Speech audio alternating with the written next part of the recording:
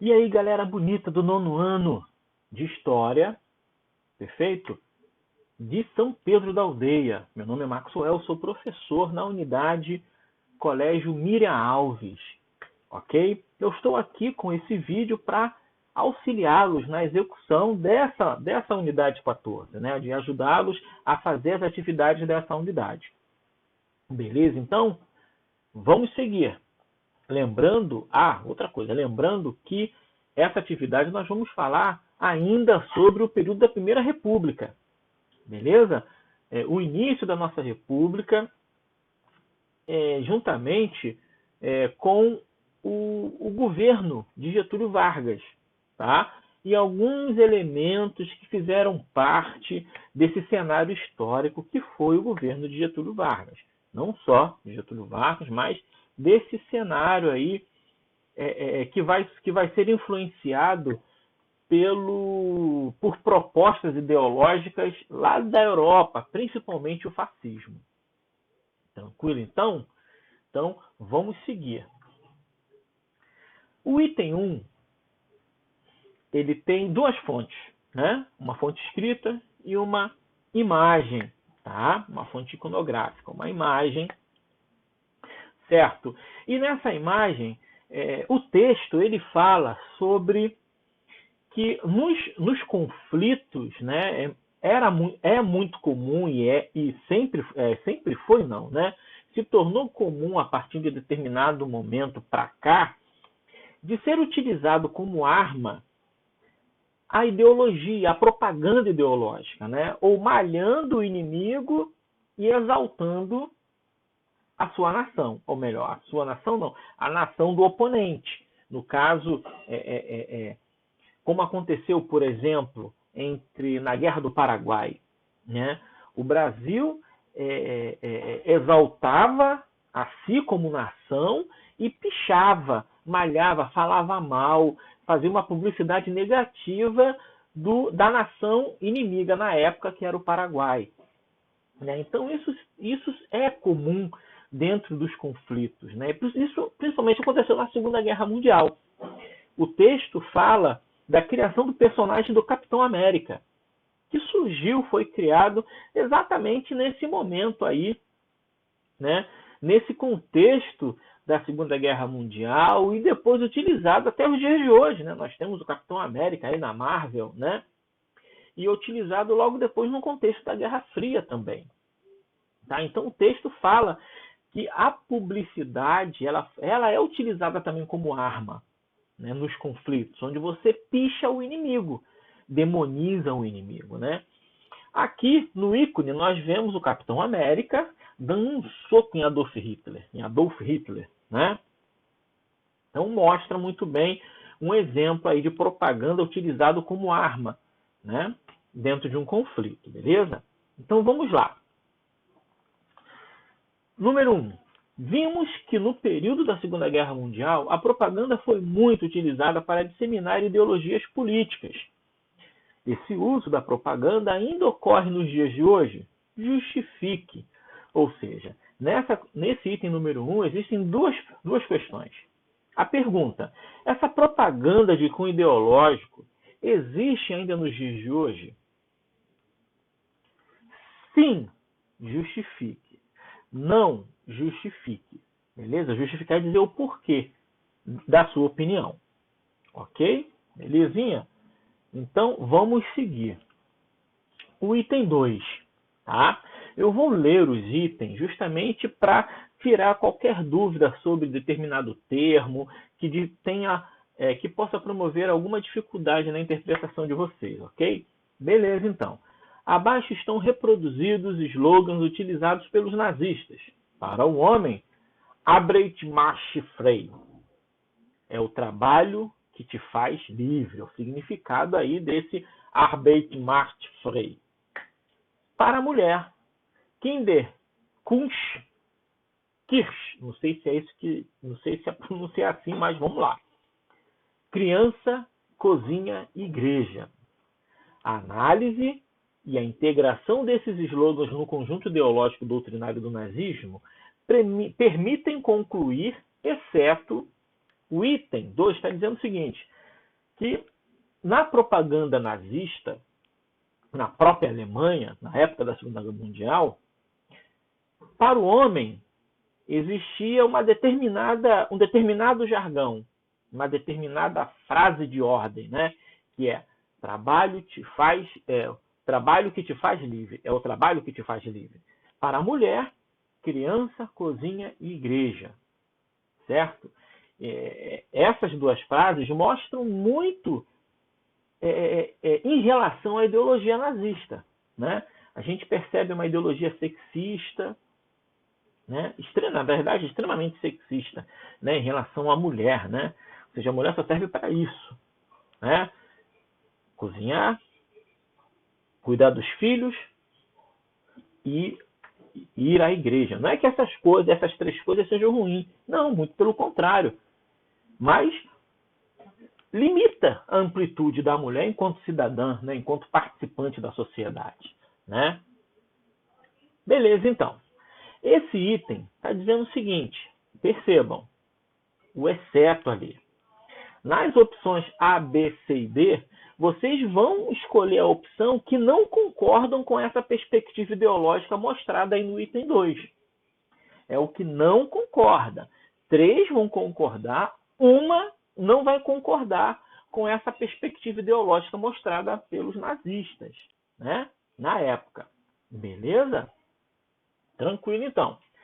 Vamos para o número 3.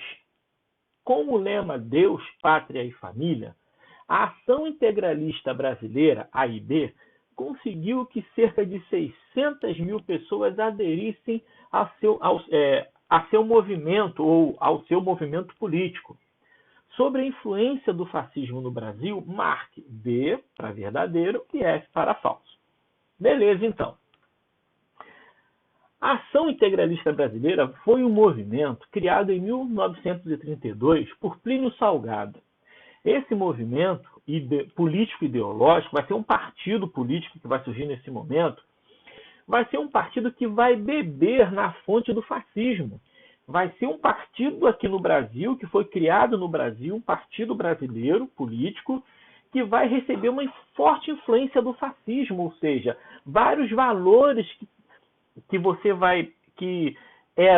faziam parte do fascismo italiano e do nazismo alemão. Esse partido, a Ação Integralista Brasileira, ele vai se apropriar de algumas perspectivas ideológicas desses dois partidos europeus, o fascismo italiano e o nazismo alemão. Certo? Aqui temos uma foto, né? Plínio Salgado, que foi o grande idealizador do partido, e percebam, né? Uniformes, né? Não só uniforme e roupa, mas uma uniformidade entre as pessoas, né? Uma mesma postura, né? Olha os uniformes, olha aqui, vou ver se consigo colocar o cursor, né? O emblema do partido, que é esse sigma, né? Essa letra grega aqui, eles utilizavam aqui, ó, né? Igual aos militantes do partido nazista e fascista, né? Que utilizavam essa identificação no braço da camisa, certo? Então, esse movimento político, esse partido político, ele era aqui do Brasil e era um partido identificado com os valores fascistas, né? Tanto que a máxima deles era Deus, aqui no Brasil, né? Deus, pátria e família, né? E a gente vê isso muito parecido com os slogans do item 2, né? Criança, cozinha e igreja para a mulher, né? Aqui era Deus, pátria e família. Inclusive, a gente encontra até uma certa proximidade com o slogan do nosso atual governo aqui no Brasil, né? Beleza, então. Aqui está em 1932, esse partido foi o ano em que ele foi criado. Beleza, então. Com o lema Deus, Pátria e Família, a Ação Integralista Brasileira, AIB, conseguiu cerca de 600 mil que cerca de 600 mil pessoas aderissem ao seu movimento político. Sobre a influência do fascismo no Brasil, marque V para verdadeiro e S para falso, beleza? Ou seja, de acordo com aquilo que eu falei sobre o partido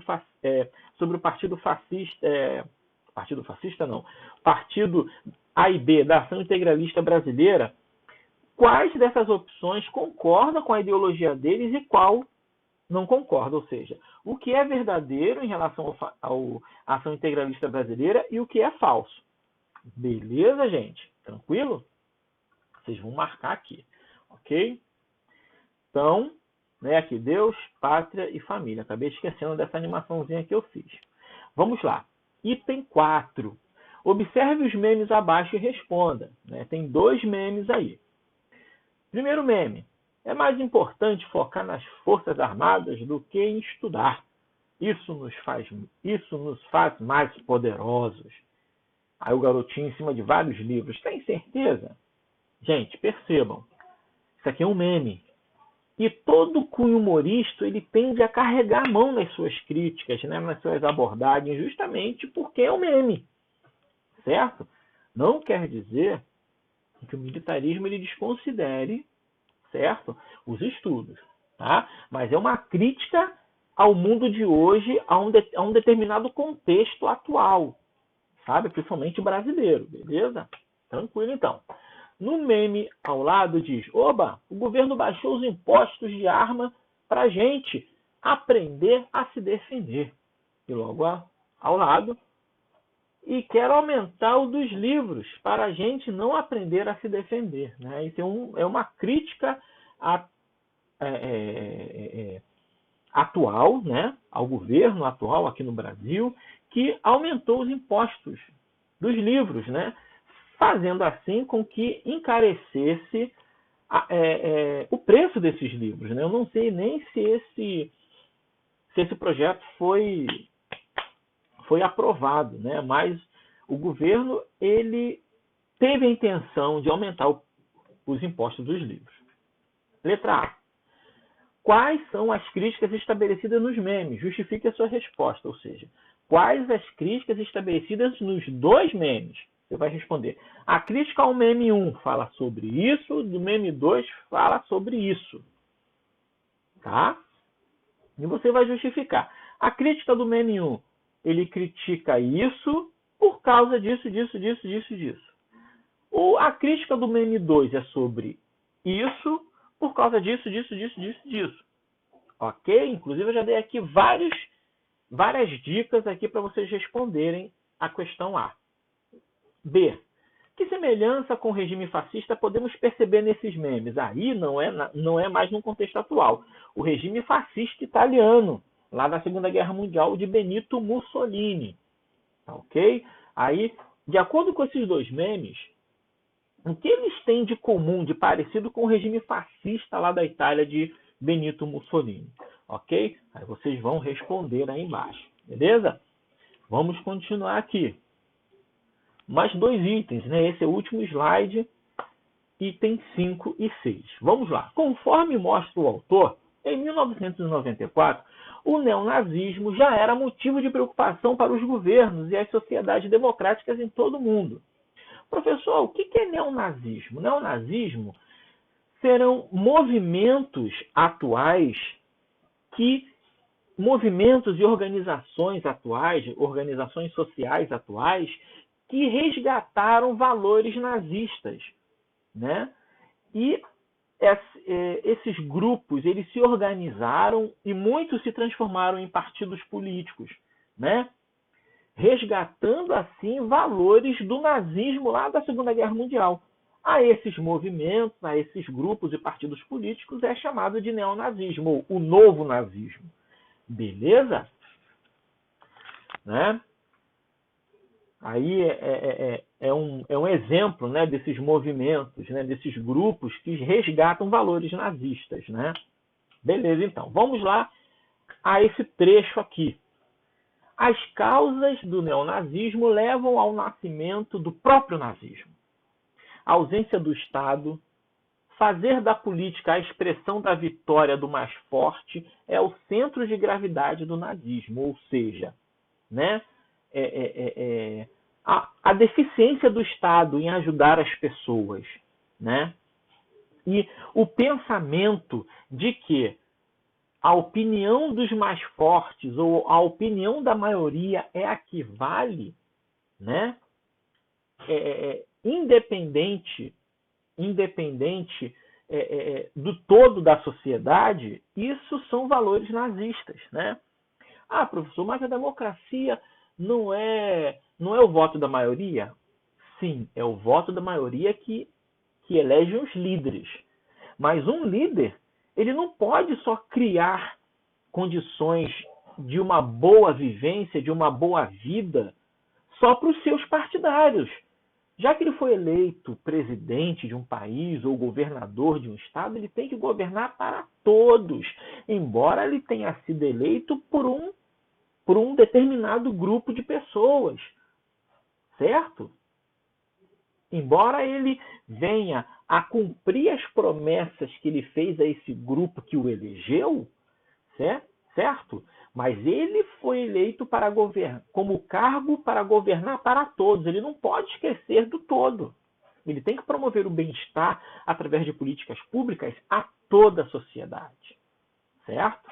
Vamos continuar então lendo aqui. De qualquer tipo de nazismo, o resto é tempero, produção teatral. Uma sociedade centrada na justiça social jamais será nazista. Não é o caso do Brasil, onde se discriminam negros, nordestinos, crianças sem casas e torcedores do Botafogo. Esses torcedores do Botafogo. Essa foi uma brincadeira, né, do Carlos Vitor Coni, é um filósofo, jornalista que já é falecido, inclusive. Ele deu uma cutucada, provavelmente ele é flamenguista, né? Mas enfim, ele está fechando o texto falando o seguinte: infelizmente o Brasil, onde se discriminam vários, né, onde a discriminação é muito forte, né, a discriminação dos negros, de nordestinos, de homossexuais, né? Se o Brasil continuar com essa característica, ele nunca será um país centrado na justiça social. Um país justo socialmente, onde promovam condições de melhores, onde promova condições de melhor vida, né, de uma vida melhor para todos, certo? Se continuar com essas características de ser um país em que discrimine determinadas comunidades ou pessoas, certo? Beleza, então. Qual é a característica política e ideológica que identifica tanto o nazismo quanto o neonazismo? Você vai optar aí nessas 4 opções, né? A, B, C ou D. Tranquilo. Vamos aqui para a última questão.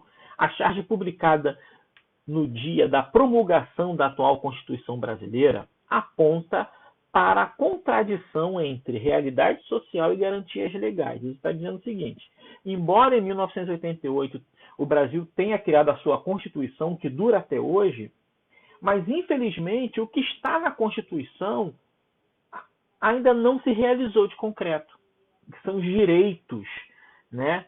Os direitos de todo cidadão, direito à moradia, uma educação pública de qualidade, alimentação, enfim, há tantas outras coisas que está na Constituição, mas nós ainda não vivemos essa realidade por completo.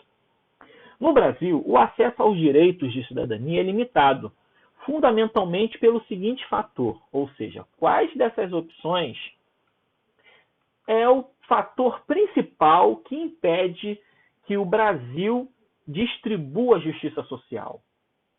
Qual dessas opções dificulta o Brasil de se tornar um país justo socialmente, um Brasil melhor? Certo?